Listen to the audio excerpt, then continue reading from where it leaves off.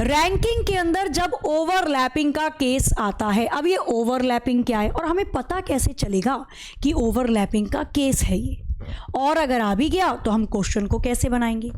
तो देखो क्या होता है, दो केस होते हैं ना, रैंकिंग वाले प्रश्न में दो केस होते हैं।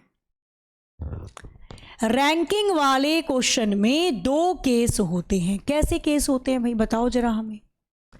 सपोज आपको क्वेश्चन ऐसा दे दिया जाए कि भैया ए बाएं से, ए पंक्ति में बाएं से यानी लेफ्ट से 7वें तथा बी पंक्ति में दाएं से, बी पंक्ति में दाएं से यानी राइट से, बी पंक्ति में दाएं से यानी राइट से बोल दे वो 5वें स्थान पे है, 5वें स्थान पर है। अब मुझे एक बात बताओ, क्या मैं इस क्वेश्चन को दो तरीके से बता सकती हूँ या बना सकती हूँ डायग्राम? बिल्कुल। एक डायग्राम इसका बन जाएगा कुछ इस प्रकार से कि मैंने ए को बाईं ओर से यहाँ बना दिया 7वें नंबर पे और बी को दाईं ओर से यहाँ बना दिया 5वें नंबर पे। ये डायग्राम सही है हमारा? बिल्कुल सही है। इसे कहते हैं हम साधारण केस। एक डायग्राम में इसका ऐसे बना सकती हूं कि ए को मैंने बाईं ओर से बना दिया 7वें नंबर पे और बी जो है वो ए को क्रॉस करके बैठा है, ए को क्रॉस करके बैठा है 5वें स्थान पे। दोनों ने एक दूसरे को क्रॉस कर लिया, ये भी तो डायग्राम बन सकता है। ये मेरा ओवरलैपिंग का केस होता है। अब पता कैसे चलेगा मैडम कि ओवरलैपिंग वाला डायग्राम बनाना है हमें या साधारण वाला डायग्राम बनाना है हमें? इसकी पहचान क्या होती है, जब आपको क्वेश्चन में दिया जाता है कि मैक्सिमम नंबर ऑफ पर्सन बताओ पंक्ति में कितने हैं, पंक्ति में टोटल व्यक्ति की संख्या बताइए, पंक्ति में अधिकतम व्यक्ति की संख्या बताइए, पंक्ति में कुल व्यक्ति की संख्या बताइए, तो ये केस लगता है। और जब क्वेश्चन में बोला जाता है पंक्ति में मिनिमम व्यक्ति की संख्या बताइए, पंक्ति में न्यूनतम कितने लोग बैठे हैं, पंक्ति में कम से कम लोगों की संख्या बतानी है, तो आपका लगता है ओवरलैपिंग का केस। ये केवल नंबर है जो डिसाइड करते हैं क्वेश्चन के अंदर। तो जब कम से कम बोलेगा ओवरलैपिंग लगा देना, अधिकतम बोलेगा तो साधारण तो हम करते ही आते हैं। ओवरलैपिंग का एक फॉर्मूला भी होता है, इस फॉर्मूले को ध्यान रखना। व्यक्ति की संख्या बराबर पहले वाले बंदे की रैंक प्लस दूसरे वाले बंदे की रैंक माइनस बीच वाले बच्चे माइनस के 2। अब ये फॉर्मूला भी कहाँ से आया मैं ये भी बताऊंगी, फिलहाल बस थोड़ा ध्यान रखना। क्लियर है? तो भैया ये ओवरलैपिंग है और ये साधारण केस है। अब मैं आपको थोड़ा सा ओवरलैपिंग का क्वेश्चन दे दूं ताकि पॉइंट जो है हमारा वो क्लियर हो जाए। आओ जरा एक क्वेश्चन लेते हैं। आपसे क्वेश्चन के अंदर दिया गया कि भैया एस पंक्ति में बाएं से यानी लेफ्ट से, एस पंक्ति में बाएं से यानी लेफ्ट से 11वें तथा जे पंक्ति में दाईं ओर से यानी राइट साइड से, जे पंक्ति में दाएं से यानी राइट साइड से 23वें स्थान पर है।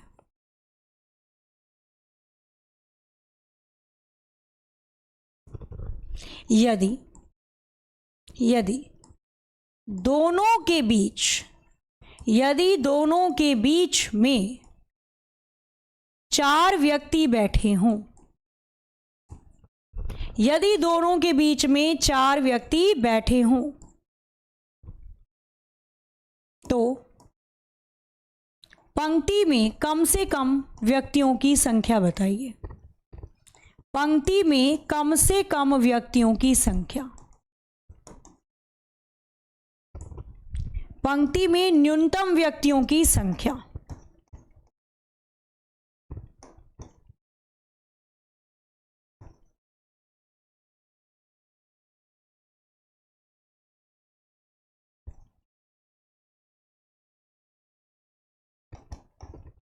चलो, क्वेश्चन एग्जाम में आपको ऐसा देखने को मिलेगा जब आप पहचानोगे कि ओवरलैपिंग है। पहला मैं बता दूं फटाफट से, फिर आप कर ही लोगे, ठीक है। आ जाओ, हम डायग्राम तो देखते हैं बट पहले इसको ही देखेंगे एक बार जल्दी से। आओ, एस बाईं ओर से दे रखा है इसको 11वें स्थान पे, कम से कम पूछा है तो ओवरलैपिंग होगी। जे दाईं ओर से एस को क्रॉस करके ही बैठा होगा, तो मैंने एस को क्रॉस करके जे को बैठा दिया 23वें स्थान पे। दोनों के बीच में मुझे 4 व्यक्ति भी दे रखे हैं, ठीक है। फॉर्मूला कैसे बना मैं पहले ये बता दूं, डायरेक्ट फॉर्मूला लगा के भी मैं आंसर निकाल सकती थी। कुल व्यक्ति की संख्या हम कैसे निकालें भाई, देखो पहले आप आगे से पहले वाले बंदे की रैंक जोड़ोगे, फिर आप पीछे से दूसरे बंदे की रैंक जोड़ोगे। बीच वाले बच्चे आपने 2 बार जोड़ दिए, आगे से भी पीछे से भी, इसलिए बीच वाले बच्चे माइनस कर देते हैं। माइनस के 2 क्यों करते हैं, आगे से जोड़ा तो भी आपने जे को और एस को जोड़ दिया, पीछे से जोड़ा तो भी आपने जे और एस को जोड़ दिया। 2 व्यक्ति 2 बार जोड़ दिए, इसलिए माइनस के 2 करते हैं, और यही आपका ओवरलैपिंग का बन जाता है फॉर्मूला। कोई याद नहीं करना, कोई रटना नहीं है, समझो खत्म कहानी। पहले वाले बंदे की रैंक दे रखी है 11, दूसरे वाले की दे रखी है 23, बीच में बच्चे दे रखे हैं 4 माइनस के 2। क्या मैं वैल्यू नहीं निकाल सकती हूं यहां से? 3 और 1 4 आ जाएगा 34, 4 घटा दोगे 30, 2 घटा दोगे 28, या माइनस कर दो 6, कितना आ जाएगा 28, यानी 28 टोटल कम से कम व्यक्तियों की संख्या होगी। 28 will be the right answer. 28 बिल्कुल सही उत्तर है। यह फॉर्मूला ध्यान रखना ओवरलैपिंग का, व्यक्ति बराबर पहले वाले की रैंक प्लस दूसरे वाले की रैंक माइनस बीच वाले बच्चे माइनस के 2, खत्म कहानी प्रेम की नानी। आओ जरा देखते हैं कितनी खत्म कहानी हो रही है आपकी। यहां पर थोड़ी मैंने वैल्यू चेंज करी, मुझे बस ये बताना, एस बाईं ओर से दे दिया आपको 23वें स्थान पर है, और जे दे दिया आपको दाईं ओर से 65वें स्थान पर है। दोनों के बीच में 12 व्यक्ति दे दिए। मुझे बताओ कम से कम कितने व्यक्ति होंगे पंक्ति में, करना है इसको जल्दी से।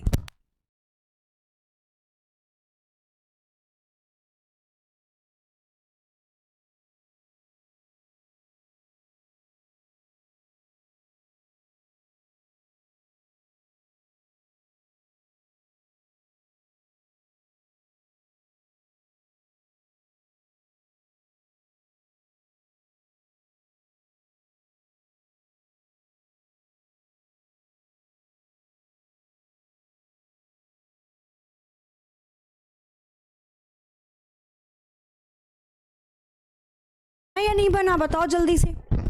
अब इसने क्या बोला, अब हमें फॉर्मूला तो पता ही है, बस वैल्यू डालो और रखो इसे। कम से कम व्यक्ति पूछा है, यानी कि ये ओवरलैपिंग का केस है, और ओवरलैपिंग के केस में कम से कम व्यक्ति की संख्या हम कैसे बताते हैं? पहले वाले की रैंक प्लस दूसरे वाले की रैंक माइनस बीच वाले बच्चे और माइनस के 2, खत्म करो कहानी को। यहां पर हमने बनाया, पहले वाले की रैंक 23 दे रखी है, दूसरे वाले की 65 दे रखी है, बीच में 12 बच्चे हैं, माइनस के 2 कर देना, तो 5 3 8 आ जाएगा, 6 2 8 आ जाएगा। क्लियर है? माइनस के कर देंगे 14, तो कितना आ गया ये 4 और 7, यानी 74 will be the right answer. कोई दिक्कत परेशानी किसी को? इट इज इजी, बना लोगे? अच्छा, इसी के अंदर अगर क्वेश्चन को थोड़ा सा घुमा कर दे दे तो घबरा तो ना जाओगे तुम। आओ, ओवरलैपिंग के केस में कुछ क्वेश्चन को ऐसे भी बनाकर दे दिया जाता है, पहले कोशिश करना। उसने दे दिया आपको 48 बच्चों की पंक्ति में, 48 बच्चों की पंक्ति में आपसे बोल दिया गया बी दाएं से 35वें तथा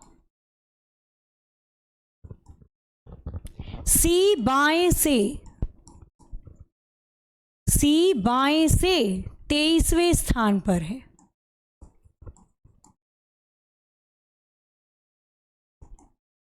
और आपसे पूछ लिया बी और सी के बीच या दोनों के बीच व्यक्ति की संख्या बता दो। दोनों के बीच व्यक्ति की संख्या, या दोनों के बीच में कितने व्यक्ति बैठे होंगे, दोनों के बीच में कितने व्यक्ति बैठे होंगे। कितने व्यक्ति बैठे होंगे।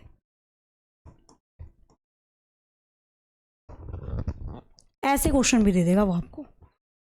कोशिश करो एक बार, ज्यादा से ज्यादा गलत ही तो करोगे, बट एक बार बनाओ तो सही इस वाले को, बताना क्या लग रहा होगा।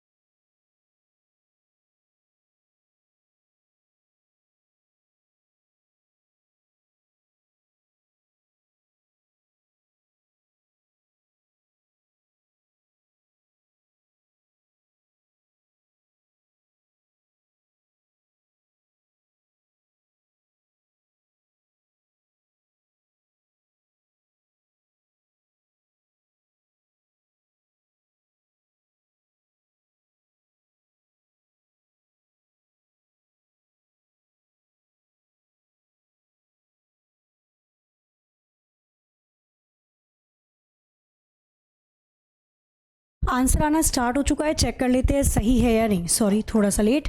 जट चलो आओ फटाफट से देखते हैं इस क्वेश्चन को कैसे बनाएंगे। अब जैसे आपने इस वाले क्वेश्चन को देखा तो आपको ये पता चला कि इसने मुझे जो टोटल व्यक्ति दे रखे हैं ना, वो कितने दे रखे हैं, 48। अब मुझे पता कैसे चलेगा कि मैं इसमें ओवरलैपिंग का फॉर्मूला लगाऊंगी। तो अगर मैं इसका डायग्राम बनाऊं तो भैया मेरे को बी बनाना पड़ेगा दाईं ओर से 35वें स्थान पे, अगर मैं साधारण डायग्राम बनाती हूँ।